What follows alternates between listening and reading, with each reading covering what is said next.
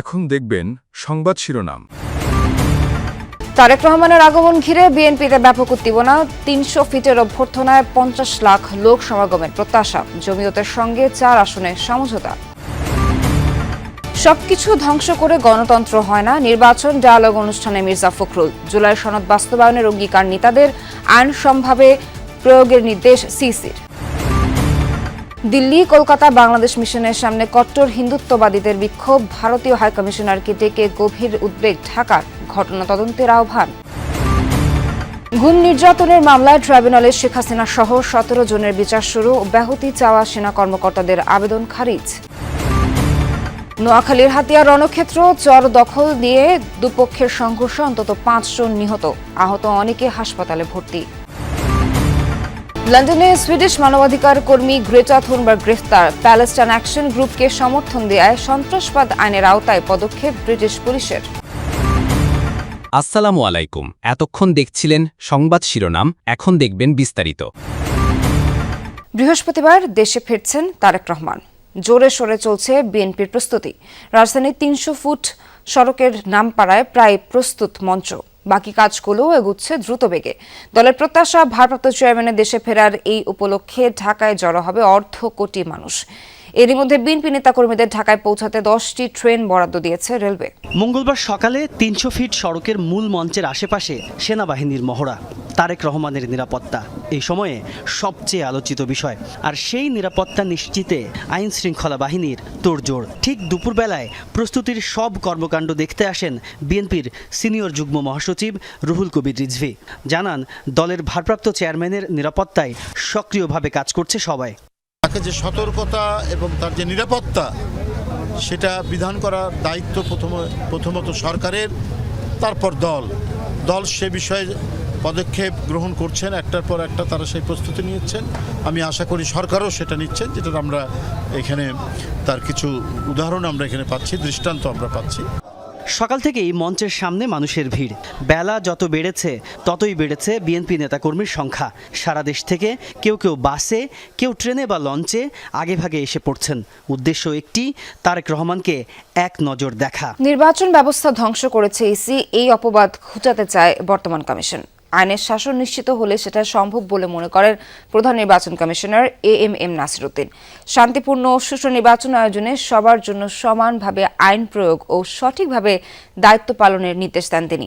Commissioner Anwarul Islam সরকার বলেন, নির্বাচন commission ভেঙে যাবে কিন্তু মচকাবে না। এ সময় পুলিশের মহাপরিদর্শক জানান, নানা প্রতিবন্ধকতা সত্ত্বেও সফল ও শান্তিপূর্ণ নির্বাচন করতে বাহিনী সক্ষম। ত্রয়োদশ জাতীয় সংসদ নির্বাচন ও গণভোট উপলক্ষে রিটার্নিং অফিসার ও মাঠ প্রশাসনের কর্মকর্তাদের সাথে নির্বাচন ব্যবস্থাপনা বিষয়ক মতবিনিময় সভা। উপস্থিত ছিলেন বিভাগীয় কমিশনার, ডিসি, পুলিশের আইজি, স্বরাষ্ট্র ও জনপ্রশাসন মন্ত্রণালয়ের প্রতিনিধিরাও। সূচনা বক্তব্যে সিইসি বলেন, সুষ্ঠু নির্বাচন আয়োজনে এবার দায়িত্ব পালনে ব্যর্থ হওয়ার সুযোগ নেই। সেক্ষেত্রে ভবিষ্যৎ প্রজন্মকে জবাব দিতে পারবে না কেউ। নির্বাচনের সাথে জড়িত প্রত্যেককে আইন মেনে চলতে এবং সাম্প্রদায়িক সম্প্রীতি নষ্টের অপচেষ্টা রোধে আইন শৃঙ্খলা বাহিনীকে নির্দেশ দেন তিনি। আহ্বান জানান লেভেল প্লেইং ফিল্ড নিশ্চিতেরও। নির্বাচন ব্যবস্থাকে ধ্বংস করে দিয়েছি, বলা হচ্ছে আমরা সব যুগসাজশ করে একটা ম্যানেজড ইলেকশন করেছি। এই অপবাদ থেকে আমরা মুক্তি চাই, এই অপবাদ আমরা ঘোচাতে চাই। আমরা প্রমাণ করতে চাই যে আমরা সঠিক সুন্দর নির্বাচন করতে পারি এবং এটা একমাত্র আইনের শাসনের মাধ্যমেই সম্ভব। ভারতে বাংলাদেশ হাইকমিশন উপ হাইকমিশনারের সামনে কট্টর হিন্দুত্ববাদী সংগঠনের বিক্ষোভের জেরে ছড়িয়েছে ব্যাপক উত্তেজনা। দেশটির রাজধানী নয়াদিল্লিতে স্পর্শকাতর কূটনৈতিক এলাকায় জড়ো হয় বিশ্ব হিন্দু পরিষদ সহ বেশ কয়েকটি সংগঠনের সদস্যরা। দিল্লি ও কলকাতায় বিক্ষোভকারীরা পুলিশের ব্যারিকেড ভাঙার চেষ্টা করলে হয় সংঘর্ষ। বেশ কয়েকজনকে আটক করার দাবি করেছে ভারতীয় পুলিশ।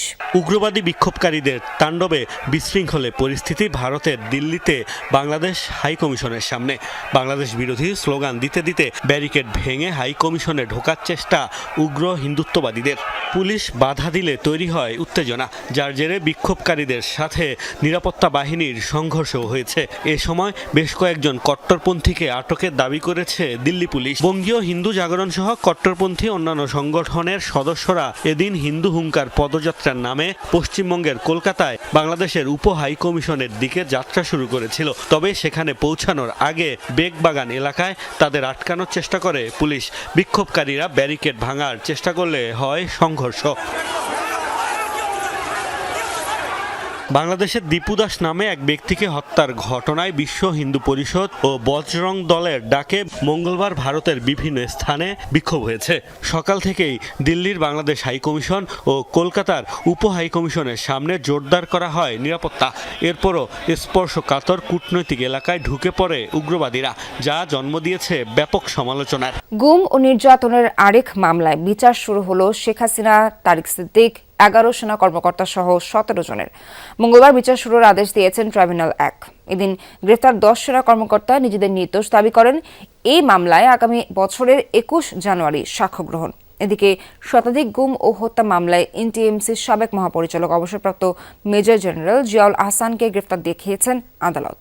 ট্রাইব্যুনালের প্রসিকিউশন বলছে, আওয়ামী লীগের শাসনামলে র্যাবের টিএফআই সেলে ব্যারিস্টার আরমান সহ 14 জনকে গুম করে নির্যাতন করা হয়। 5 আগস্টের পর তাদের অনেকেই মুক্তি পান। গুম নির্যাতনের মামলায় শেখ হাসিনা, তারিক আহমেদ সিদ্দিক সহ 17 জনের বিরুদ্ধে অভিযোগ দাখিল করে প্রসিকিউশন। মঙ্গলবার গুম ও নির্যাতনের মামলায় শেখ হাসিনা সহ 17 জনের বিরুদ্ধে অভিযোগ গঠন করে বিচার শুরু করেন ট্রাইব্যুনাল।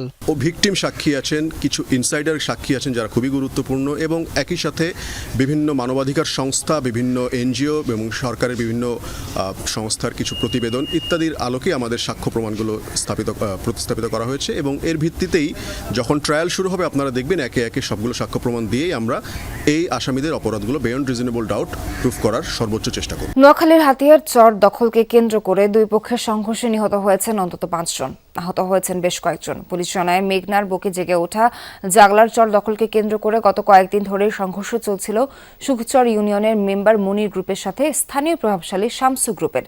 এরই জেরে সকাল থেকে আবারও সংঘর্ষে জড়ায় দুপক্ষ। দিনভর থেমে থেমে চলে সংঘাত, রণক্ষেত্রে পরিণত হয় গোটা এলাকা। এ সময় গোলাগুলির ঘটনা ঘটে। সংঘর্ষে এখন পর্যন্ত 5 জনের মরদেহ উদ্ধার করেছে পুলিশ। পরিস্থিতি নিয়ন্ত্রণের চেষ্টা করছে আইনশৃঙ্খলা বাহিনী। মূলত চরাঞ্চলের জমি নিয়ে তাদের মধ্যে এই সংঘর্ষের ঘটনা ঘটে। তাতে 5 জনের মরদেহ উদ্ধার হয়েছে। 1 জনের মরদেহ নোয়াখালী সদর হাসপাতালে আছে, আর 4 জনের মরদেহ এই মুহূর্তে আমাদের পুলিশ হাতিয়া থানা পুলিশ উদ্ধার করে হাতিয়া থানার দিকে নিয়ে আসতেছে। আর 1 জন আহত আছে, তাকে চিকিৎসার জন্য হাতিয়া হাসপাতালে নিয়ে যাওয়া হচ্ছে। যুক্তরাজ্যের লন্ডনে সুইডিশ মানবাধিকার কর্মী গ্রেটা থুনবার্গকে গ্রেফতার করেছে ব্রিটিশ পুলিশ। মঙ্গলবার ফিলিস্তিনের সাথে সংহতি প্রকাশে আয়োজিত এক বিক্ষোভ থেকে গ্রেফতার করা হয় তাকে। এ সময় তার হাতে ছিল ফিলিস্তিনের পতাকা আঁকা প্ল্যাকার্ড। পুলিশের দাবি, নিষিদ্ধ প্যালেস্টাইন অ্যাকশন গ্রুপের প্রতি সমর্থন দেয়ায় সন্ত্রাসবাদ আইনের আওতায় তাকে গ্রেফতার করা হয়েছে। ফিলিস্তিনিদের প্রতি সংহতি জানিয়ে এই প্রতিবাদ কর্মসূচিতে আয়োজন করেছিল যুক্তরাজ্য ভিত্তিক সংগঠন ডিফেন্ড আওয়ার জুরিস। বিক্ষোভ থেকে থুনবার্গ ছাড়াও আটক করা হয় আরও 2 জনকে।